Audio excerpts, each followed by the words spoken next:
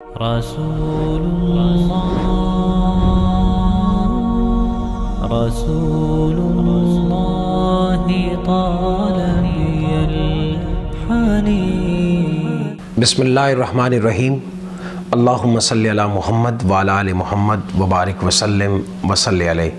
محترم ناظرین، ہم نے آپ سے اس بات کا وعدہ کیا تھا کہ ڈی بی ایف سیرت انسائکلوپیڈیا کی جلد اول کے جتنے مضامین ہیں ان کو ابواب اور پھر ان کے فصول کی صورت میں آپ کے سامنے کو آڈیو اور ویڈیو میں ایک کے بعد ایک کی صورت میں پیش کرتے چلے جائیں گے.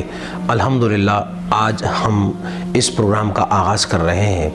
سیرت انسائکلوپیڈیا کی جلد اول کا پہلا باب حضرت آدم علیہ السلام آپ کی حیات مبارکہ اور آپ نے حضور علیہ السلام سے جو متعلق پیشن گوئی فرمائی تھی اس پر مشتمل ہے.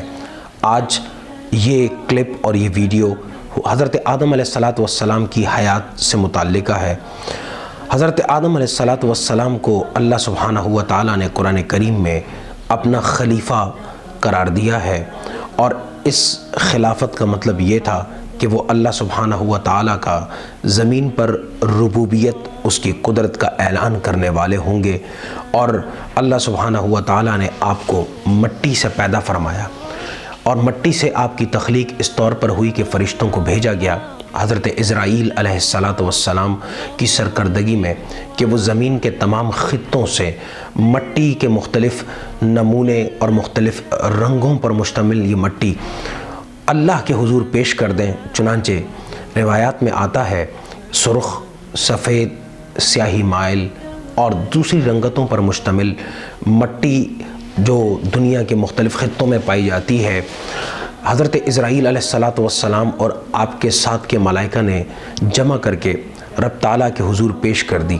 چنانچہ اس سے آپ کے پتلے کو بنایا گیا، اور پھر اس پتلے میں 40 سال کے بعد 40 سال تک اس پر اللہ سبحانہ و تعالیٰ کی رحمتوں کی بارش ہوتی رہی. اور 40 سال کے بعد جب وہ ایک پختہ مجسمہ بن گیا، پختہ مٹی بن گئی، جسے قرآن کریم نے سلسال حمئم مسنون کہا، بجنے والی، تو اس کے بعد اللہ سبحانہ و تعالیٰ نے آپ کے قالب میں روح کو ڈال دیا، اور اس روح کو سر کی طرف سے ڈالا گیا. وہ روح جب آپ کے جسم مبارک میں داخل ہوئی تو آپ نے اس پر الحمدللہ کہا، جس کے جواب میں بارگاہ ایزدی سے یرحمک اللہ، یعنی آپ پر اللہ سبحانہ و تعالی رحمتیں فرمائے، رحمتیں نازل فرمائے کا جواب دیا گیا. اسی لیے آج ہم میں سے جب بھی کوئی شخص چھینکتا ہے تو اس چھینک پر وہ الحمدللہ اور اس کے جواب میں یرحمک اللہ کہا جاتا ہے. یہ سنت آدم الحمدللہ ہے کہنا، اور یرحمک اللہ یہ سنت خداوندی ہے.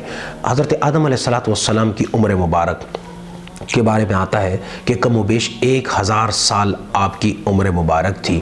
آپ کو جنت میں ٹھہرایا گیا، اور جنت میں ٹھہرانے کے بعد شیطان نے وسوسہ اندازی فرمائی. اسی آپ کے جنت میں قیام کے دوران اللہ سبحانہ و تعالیٰ نے آپ کا جوڑ حضرت حوا علیہ السلام کی شکل میں پیدا فرمایا، جس کو دیکھ کر کے آپ کی طبیعت میں بشاشت اور آپ کی طبیعت کے اندر ایک خوشگوار احساس پیدا ہوا، کیونکہ آپ کا جوڑ پیدا ہو گیا، آپ مکمل ہو گئے. اور پھر جب آپ وہاں رہنے لگے تو شیطان نے وسوسہ اندازی کی، اور وہ وسوسہ اندازی اس طور پر کی گئی اور یہ کہہ کر کے کی گئی کہ میں چاہتا ہوں کہ تمہیں ہمیشہ ہمیشہ کی زندگی مل جائے اور ہمیشہ کی بادشاہت تمہارے ہاتھ میں آ جائے. چنانچہ شیطان نے آپ کو بہکانے کی کوشش کی اور آپ کے دل میں وسوسہ پیدا کر دیا. وہ درخت جسے قرآن نے شجر ممنوعہ کہا تھا، اسے آپ نے اس کے پھل کو نوش فرما لیا، اور پھر اس کے نتیجے میں آپ پر آپ کے جسم کے چھپے ہوئے حصے آشکارا ہونے لگے، آپ پر بھی اور حضرت حوا علیہ السلام پر بھی. آپ نے اپنے آپ کو پتوں سے ڈھانکنا شروع کر دیا. یہ بات اور یہ واقعہ ہمیں اس بات کا پتہ دیتی ہے کہ اللہ سبحانہ و تعالیٰ نے انسان کے مزاج اور فطرت میں شرم اور حیا کو داخل کیا ہے. شرم اور حیا ایک انسانی قدر ہے. اس لیے جو بھی قوم، جو بھی شخص بے حیائی اور بے شرمی کا مظاہرہ کرتا ہے، وہ انسان کی فطرت سے بغاوت کرتا ہے، انسانی قدر سے بغاوت کرتا ہے، انسانی تہذیب، تاریخ اور تمدن سے بغاوت کرتا ہے، اور اپنے آباء و اجداد کے طور طریقوں سے بغاوت کرتا ہے، وہ انسان نہیں رہتا۔ شیطان نے جس مقصد کے لیے یہ وسوسہ اندازی کی تھی، اس میں ایک مقصد یہ بھی تھا کہ آپ کی شرمگاہوں کو ظاہر کر دیا جائے، اور آج بھی شیطان دوبارہ اثر نو انسانیت کو بہکانے کے لیے ان کو بے حیائی پر اور بے حیائی کے کاموں میں الجھانے پر تلا ہوا ہے، اور بہت سارے انسان نما شیطان وہ اپنے اس ابلیس کی پیروی کرنے کے لیے ہمتاً مستعد ہیں۔ حضرت آدم علیہ السلام کا جنت میں رہنا انسانیت کے لیے اس بات کا پیغام اور سبق ہے کہ اے انسان، تیرا اصل ٹھکانہ، تیرا اصل مقام جنت ہے، اور اسی لیے آج بھی دنیا کی خوبصورت ترین جگہوں کو جنت کہا جاتا ہے، یہ جنت نظیر کہا جاتا ہے، اس لیے کہ ہر انسان کے مزاج میں اس کے آباء و اجداد حضرت آدم، حضرت حوا اور ان کی اولادوں کے ذریعے سے اللہ نے یہ بات ودیعت کر دی ہے کہ ایک ایسی جگہ بھی ہے جس کی مثل اور جس کے حسن کی مثل اس کائنات کے اندر کوئی دوسری جگہ نہیں ہے۔ ہم زمین کے اندر اپنی جنت کو تلاش کرتے ہیں، دنیا کے سامان میں جنت کو تلاش کرتے ہیں، دنیا کی نعمتوں میں جنت کو تلاش کرتے ہیں۔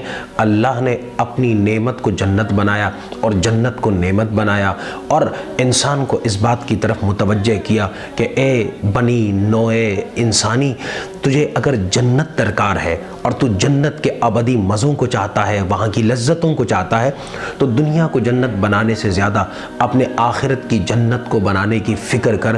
اللہ تعالیٰ مجھ، آپ اور ہم سب کو اپنی زندگیوں کو اپنی آخرت کے لیے جنت بنانے کی توفیق عطا فرمائے۔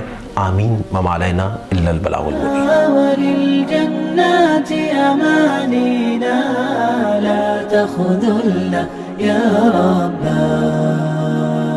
صلی اللہ علیہ وسلم.